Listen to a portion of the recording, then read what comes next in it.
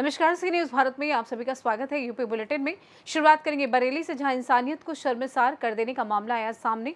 जहां शादी समारोह के दौरान 8 वर्षीय बच्ची के साथ दुष्कर्म करने के मामले में पुलिस ने मामा को किया गिरफ्तार। देखिए रिश्तों को शर्मसार कर देने वाली ये खास रिपोर्ट।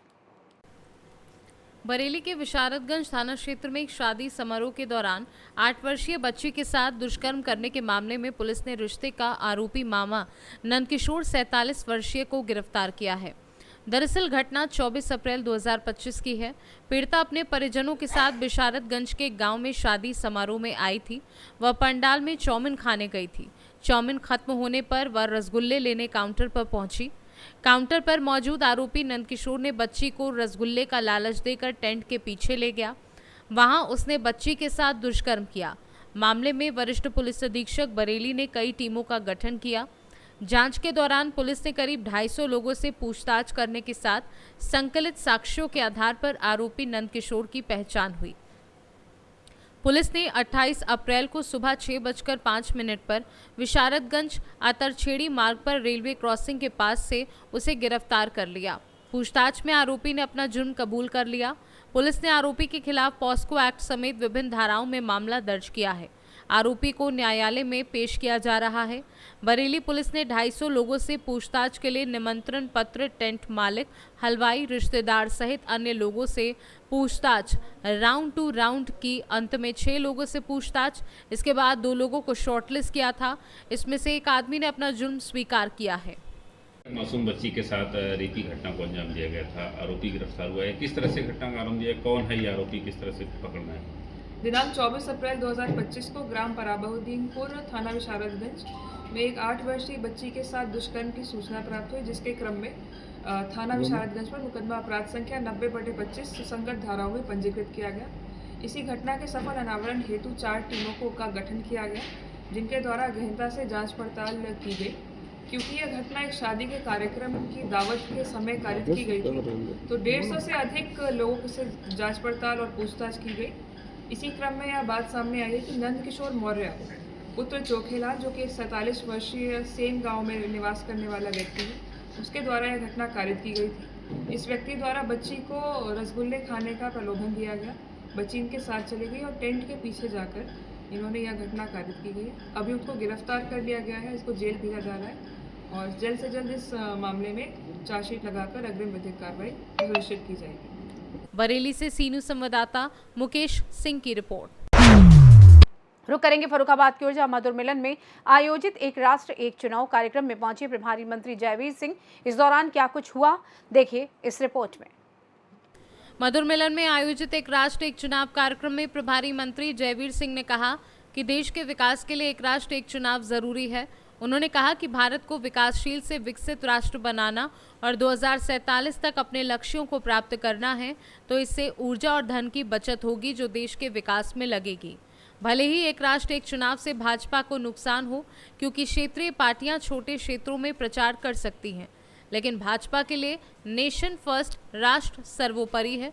जयवीर सिंह ने भारत की स्पेस टेक्नोलॉजी की तारीफ करते हुए कहा कि दुनिया के विकसित देश भारत के इसरो से अपने उपग्रह प्रक्षिप्त कराते हैं, क्योंकि भारत की स्पेस टेक्नोलॉजी सबसे सस्ती और सबसे बेहतर है। टेक्नोलॉजी अंतरिक्ष आजकल महत्वपूर्ण इकाई है। अंतरिक्ष टेक्नोलॉजी में हम कहते हैं कि अमेरिका, चाइना, रसिया बहुत आगे थे, लेकिन आज अंतरिक्ष टेक्नोलॉजी में भी सबसे सस्ती टेक्नोलॉजी के साथ आज भारत गिने चुने दुनिया के अग्रणी देशों में शामिल हो गया।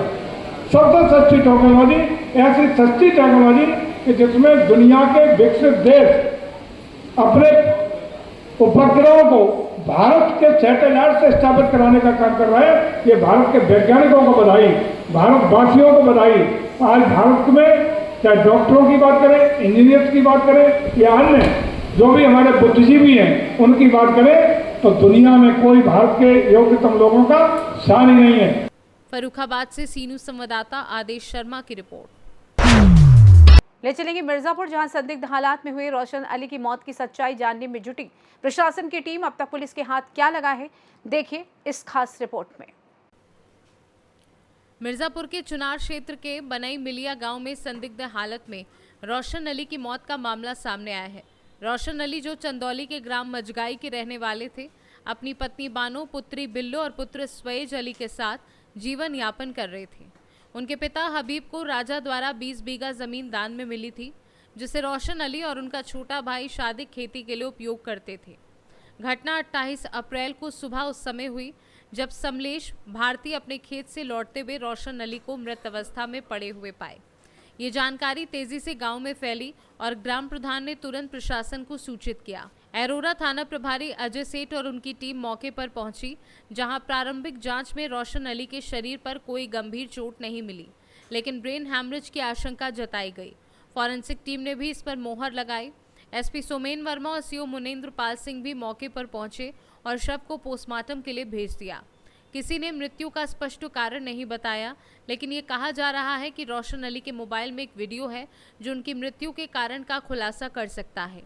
उनके छोटे भाई शादिक ने भी पारिवारिक संबंधों में खटास की बात की है। प्रशासन अब पूरी घटना की जांच में जुटा है। मिर्जापुर से सीनू संवाददाता आनंद की रिपोर्ट।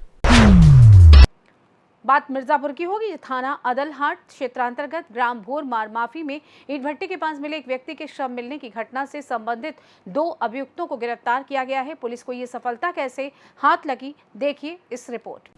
मिर्जापुर थाना अदलाहट पर पंजीकृत अभियोग की विवेचना के दौरान सुरागसी, पतारसी और इलेक्ट्रॉनिक भौतिक साक्ष्य संकलित करते हुए 28 अप्रैल को थाना अदलाहट पुलिस टीम ने मुखबिर से प्राप्त सूचना के आधार पर ग्राम कोल-उन न्यू अहरोरा रेलवे स्टेशन आउटर के पास से घटना से संबंधित 2 अभियुक्तों छोटू कुमार और रविंद्र भारतीय को गिरफ्तार किया।